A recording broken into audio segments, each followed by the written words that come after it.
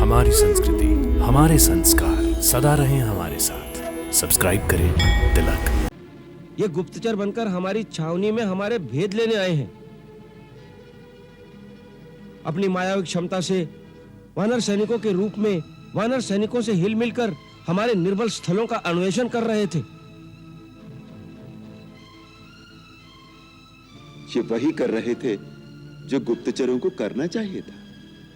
अब हम वो करेंगे जो हमें करना चाहिए। क्या करना चाहिए हमें? गुप्तचर पकड़े जाएं तो उनके लिए मृत्युदंड निर्धारित है।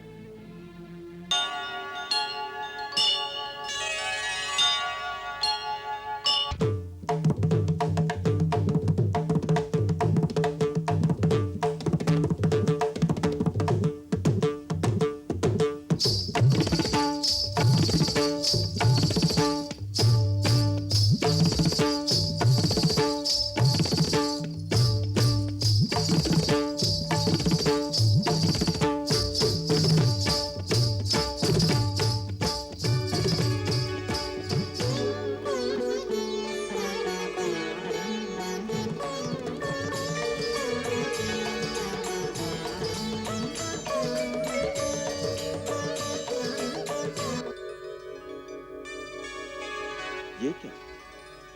ये चमक कहां से? लगता है आज आकाश में चमकते चंद्रमा में कुछ विशेष चमक आ गई।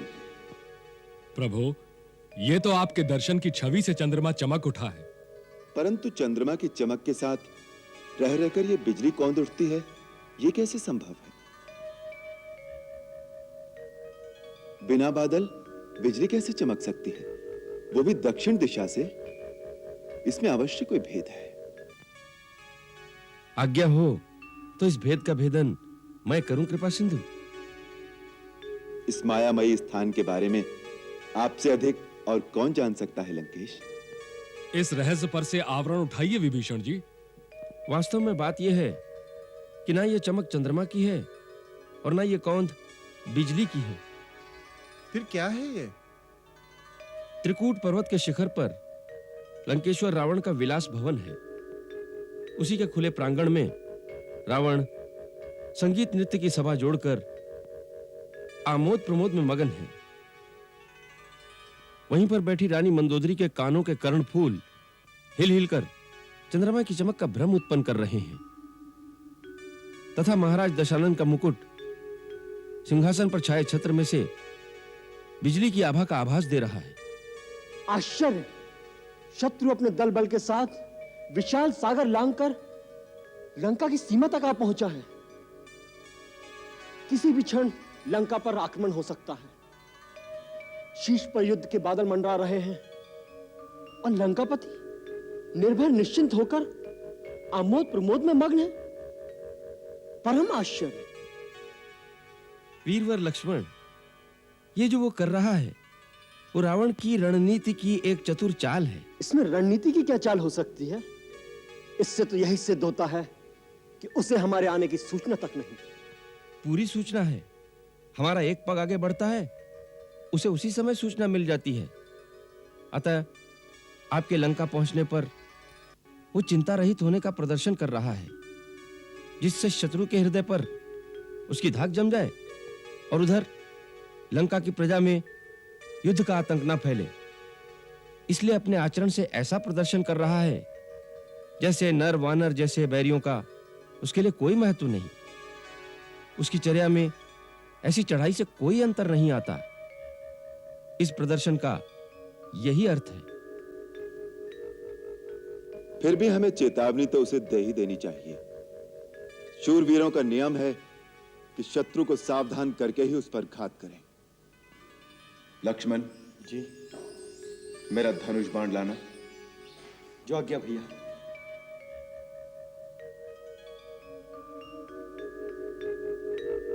धनुष बाण क्या करेंगे रघुकुल शिरोमणि? कुछ नहीं, उसे सावधान कर दूंगा। उसे इतना बता दूंगा कि मैं लंका में आ गया हूं।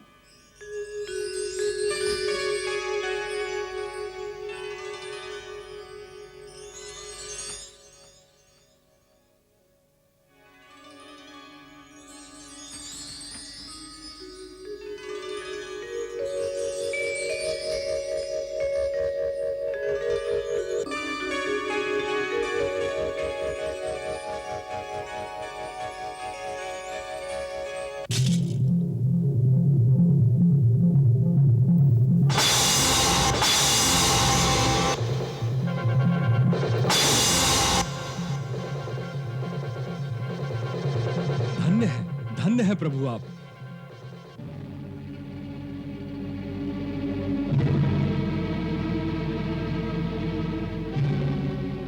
हे पार्वती पति, हे शूलपाणी, हे महादेव, रक्षा करो, रक्षा करो। हे शिव शंभो, हे कैलाशपति, मेरे पति की रक्षा करो। कैलाश नाथ तो सदा हमारे साथ ही है रानी। किस कारण इतनी अधीर हो रही हो? कारण पूछ रहे हैं स्वामी? इससे भयंकर अपशकुन और क्या हो सकते हैं? न बादल, न बिजली, न आंधी, न तूफान। श्री राम के शिविर से। मंदोदरी, तुम भी हमारे वैरी को श्री लगाने लगी। क्षमानाथ, पड़ोसी पड़ाव की ओर से एक झंझावात सा आया। आपके आमोद प्रमोद में विघ्न डालता हुआ मेरे कर्ण फूल काटकर आपके मस्तक से ये मुकुट गिरा गया, और आप कहते हैं कि कुछ हुआ ही नहीं। अरे पगली, सिर का गिरना जिसके लिए शुभ सिद्ध होता रहा है, मुकुट के गिरने से क्या शुक्र होगा उसका? आप कितना भी हंसी में टालिए स्वामी, पर मैं आपकी धर्म पत्नी हूँ। आपके अच्छे बुरे प्रत्येक कर्म की सम्मान से सहभागिनी हूँ। मेरी विनती को स्वीकार कीजिए। ये शकुन अच्छे नहीं हैं। रघुनाथ से विरोध छोड़ दीजिए नाथ। मैं दानव की बेटी, शीश काट कर भुजाओं पर कैलाश पर्वत उठाने वाले महाभट्ट रावण की भार्या इतने साधारण से टोटके से डर गई? राम मायापति को अपनी माया के टोटके दिखा रहा है। ये टोटके नहीं महाबली, ये अवश्य राम का बाण था। यदि बाण भी था तो क्या हुआ? जब तक ऊंट पहाड़ के नीचे नहीं आया तभी तक बल बला रहा है। अभी उसने दशानन की चंद्रहास खड़क की चमक नहीं देखी है। ब्रह्मास्त्र, नागपाश, इंद्र से छिने वज्र, मायावी शूल से सामना नहीं किया है। लाओ हमारा मुकुट, पहना दो हमें।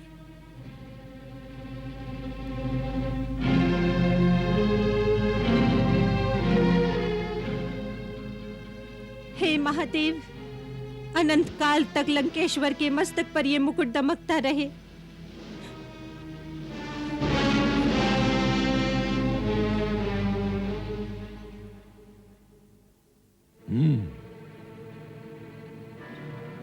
तो आखिर राम सागर पार आने में सफल हो ही गया।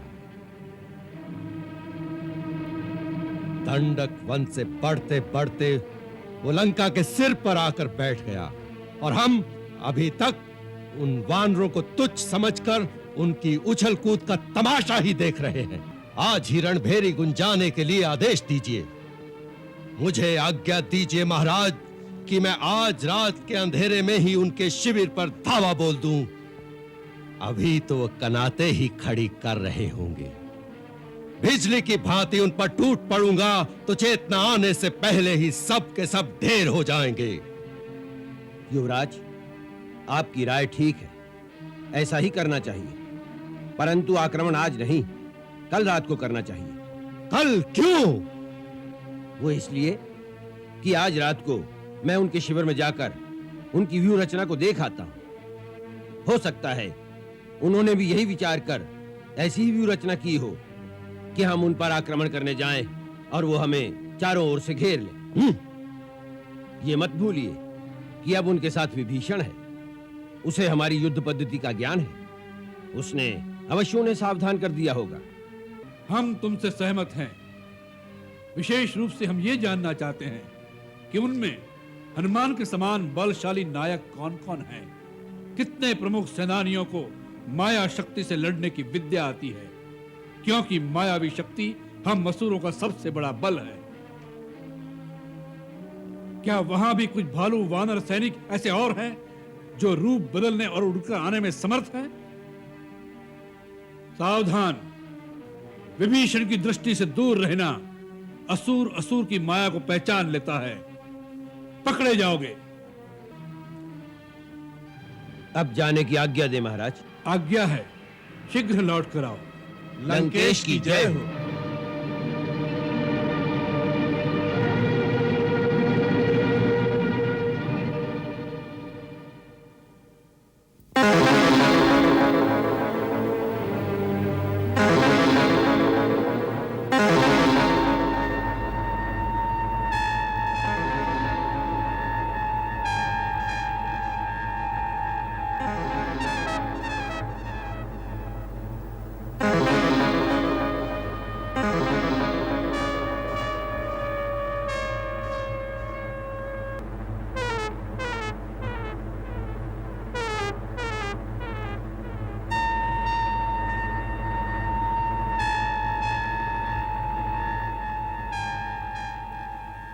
पूरे क्षेत्र को चारों ओर से घेर लिया है। सारन, ये शिविर नहीं, पूरी की पूरी व्यूह रचना है। किसी ओर से भी आक्रमण करें, पूरे शिविर को घेर ही नहीं सकते। शुक, दरबार में तुमने जो एकाएक आक्रमण न करने की राय दी थी, वो कितनी दूरदर्शितापूर्ण थी। मैं तो दंग रह गया सारन। यदि हमारी सेना आवेश में आकर आक्रमण कर देती तो प्रथम प्रहार में मुंह की खानी पड़ती। इतने कम समय में जितनी जानकारी मिलनी थी मिल गई। अब हमें राम और लक्ष्मण की क्या सुरक्षा है ये देखकर तुरंत यहाँ से निकल जाना चाहिए। अगर विभीषण की दृष्टि पड़ गई तो सब भांडा फूट जाएगा। तुम्हारा भांडा फूट गया है शुक और सारन।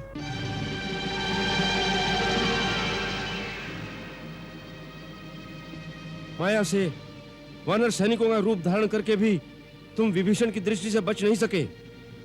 अब तुम्हारा लुका छिपी का खेल समाप्त हो गया है। अपने असली रूप में आओ।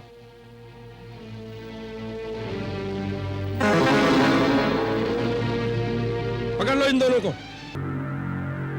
कौन है ये दोनों? शुक और सारण, लंका नरेश रावण के विशेष गुप्तचर। आज क्या संदेश लेकर आए हैं आप दोनों महानुभाव? आज ये कोई संदेश लेकर नहीं आए। ये गुप्तचर बनकर हमारी छावनी में हमारे भेद लेने आए हैं। अपनी मायावी क्षमता से वानर सैनिकों के रूप में वानर सैनिकों से हिल मिलकर हमारे निर्बल स्थलों का अन्वेषण कर रहे थे। ये वही कर रहे थे जो गुप्तचरों को करना चाहिए था। अब हम वो करेंगे जो हमें करना चाहिए। क्या करना चाहिए हमें? गुप्तचर पकड़े जाएं तो उनके लिए मृत्युदंड निर्धारित है। पहली बार जब यह दूत बनकर आया था उस समय राजनीति के अनुसार मैं चाहते हुए भी इसे मृत्युदंड न दे सका, परंतु अब यह गुप्तचर बनकर आया है। रणनीति के अनुसार इसे मृत्युदंड देना ही उचित है प्रभु। गुप्तचर का वध होना ही चाहिए, यही नियम है।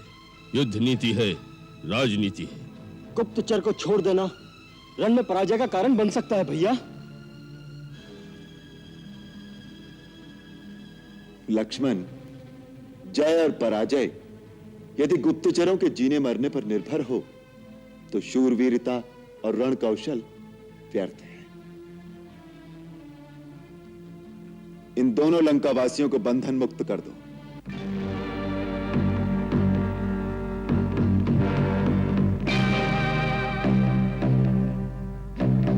प्रभु,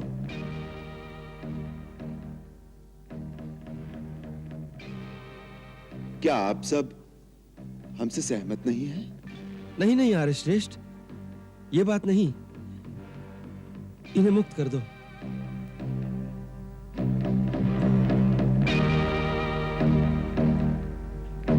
प्रभु,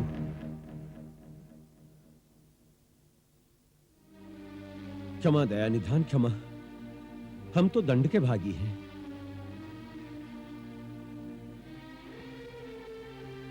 प्रभु, महाराज रावण ने हमें आपका सैन्य बल, आपके मंत्रियों और महारथियों के पास क्या क्या शक्तियां हैं, उनके युद्ध संचालन का कौशल कैसा है, रण की योजना और निर्बल स्थानों का भेद जानने के लिए भेजा था।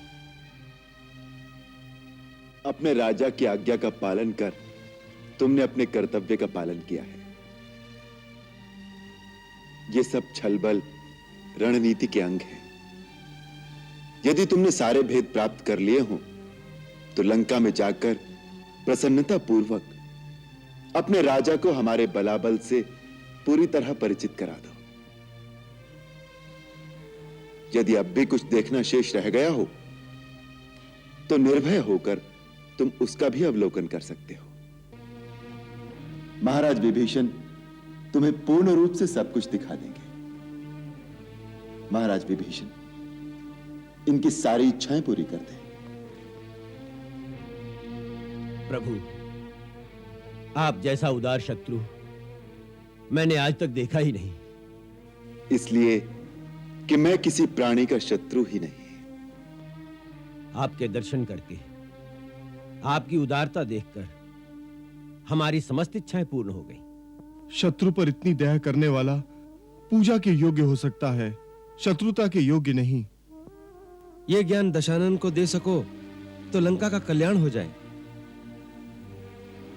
अपने राजा से हमारा इतना संदेशा भी सुना देना कि केवल सेना की गिनती से और सेनापतियों के बल की थाह का भेद लेने से ही युद्धों का निर्णय और बैरी पर विजय प्राप्त नहीं होती।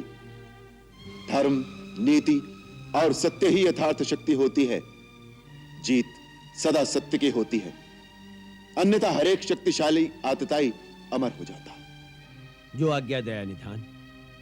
अयोध्यानाथ, अब हमें जाने की आज्ञा दी। जाओ और जाकर लंकेश को हमारी शक्ति और हमारी सेना के सारे भेद बता दो। यह चुनौती भी सुना देना कि जिस बल के भरोसे तुमने देवी सीता का हरण किया है, वही बल अब अपनी सेना और सारी शक्ति के साथ रणभूमि में दिखाना। इसके साथ ही राजा रावण को तपस्वी राम की यह ललकार भी सुना देना कि राम केवल अपनी पत्नी के लिए ही नहीं लड़ रहा, अखिल विश्व के नारी सम्मान की सुरक्षा का आदर्श स्थापित करने के लिए एक धर्म युद्ध कर रहा है, जिससे भविष्य में ऐसी कुत्सित चेष्टा और ऐसा दुराग्रह कोई शक्तिशाली राजा न कर सके। जाओ।